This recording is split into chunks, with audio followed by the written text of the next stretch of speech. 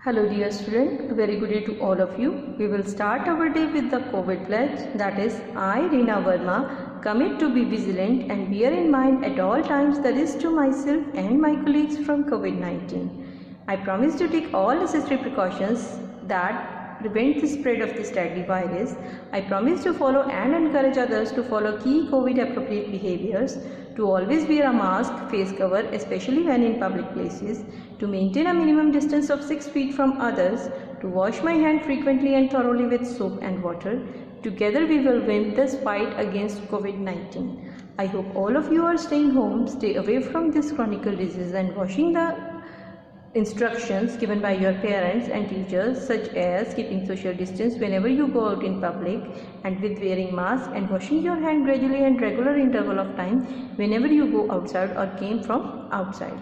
Now we will resume with our chapter, that is agriculture, chapter number 4.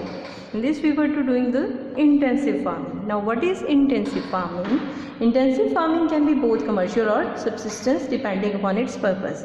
Intensive farming commercial भी हो सकती है, substances भी हो सकती है, डिपेंड करती है कि इसको किस पर्पज़ के लिए, किस स्केल पे या कौन सी जियोग्राफी में किया जा रहा है.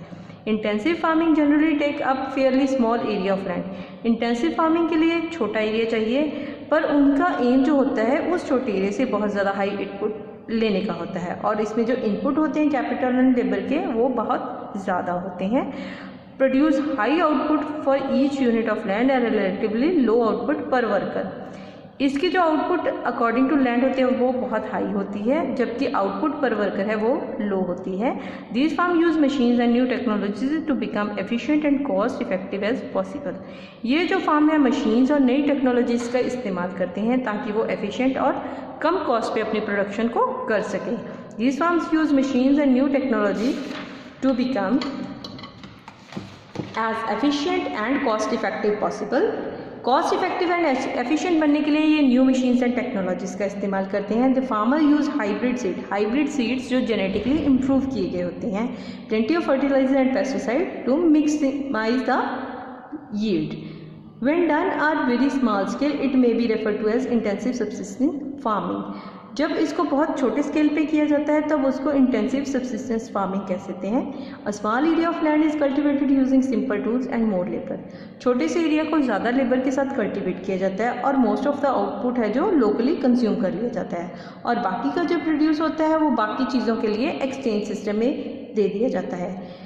ये प्रोड्यूस जो होते हैं ज़्यादा आउटपुट पर एकड़ करते हैं, जो कि other type of subsistence farming से ज़्यादा होता है. एग्जांपल जैसे होगी intensive commercial farming, include market gardening, dairy farming and horticulture. अभी इंटेंसिव सब्सिस्टेंस फार्मिंग की एग्जांपल क्या है? Farming is the cultivation of rice padding using the terrace along the steep hills. जैसे हिल्स में हमारी सीढ़ियों की तरह बना के राइस पैडलिंग की जाती है, that is example of intensive subsistence.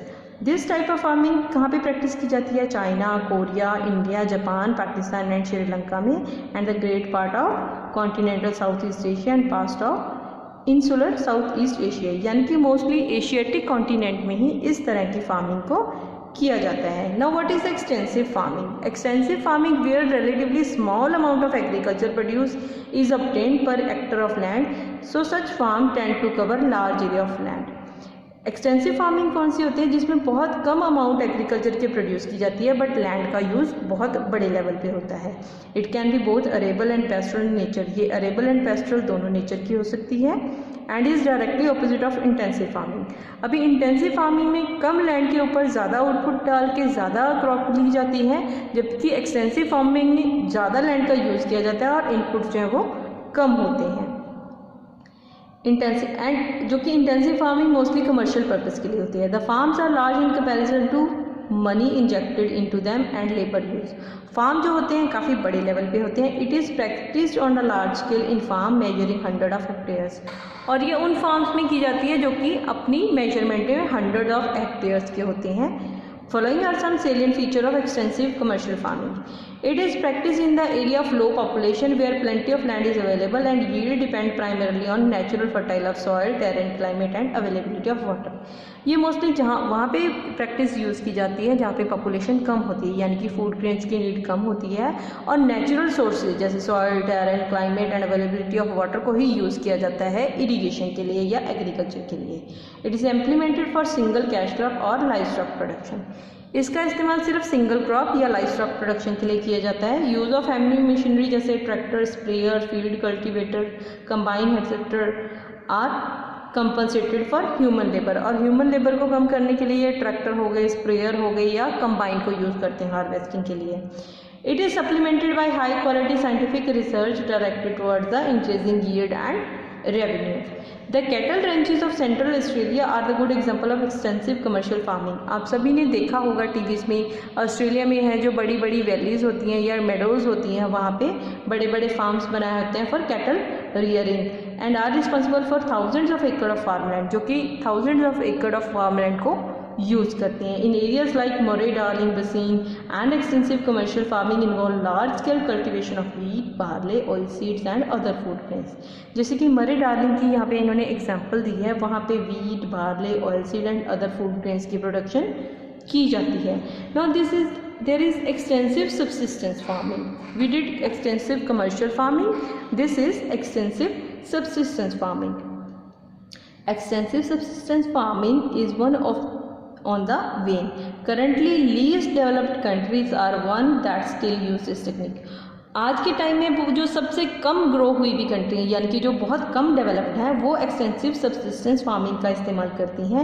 It exist part of Africa. ये हम सभी को पता है, Africa is considered third world और आज के टाइम में वो सबसे ज़्यादा अंडर डेवलप्ड वर्ल्ड है और इस प्रैक्टिस का इस्तेमाल वहाँ पे किया जाता है in the form of nomadic herd and rain forest of Asia and South America in the form of shifting cultivation.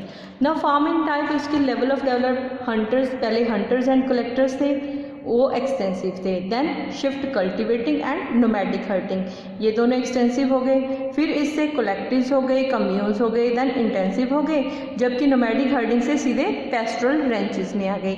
इसके बाद प्लांटेशन जैसे कोकोआ एंड बनाना की प्लांटेशन होगी. Then there is Mediterranean intensive. इससे प्लांटेशन से एक कमर्शियल ग्रेन एक्सटेंसिव हो गया, इरिगेशन इंसेंटिव हो गया, देन मार्केट गार्डनिंग हो गया, पेस्टोरल से डेयरिंग इंटेंसिव हो गया. तो ये हमारा अरेबल की सारी एग्जाम्पल है और ये है हमारी पेस्टोरल की example. So this is all with this chapter today. Thank you very much. Thank you all of you.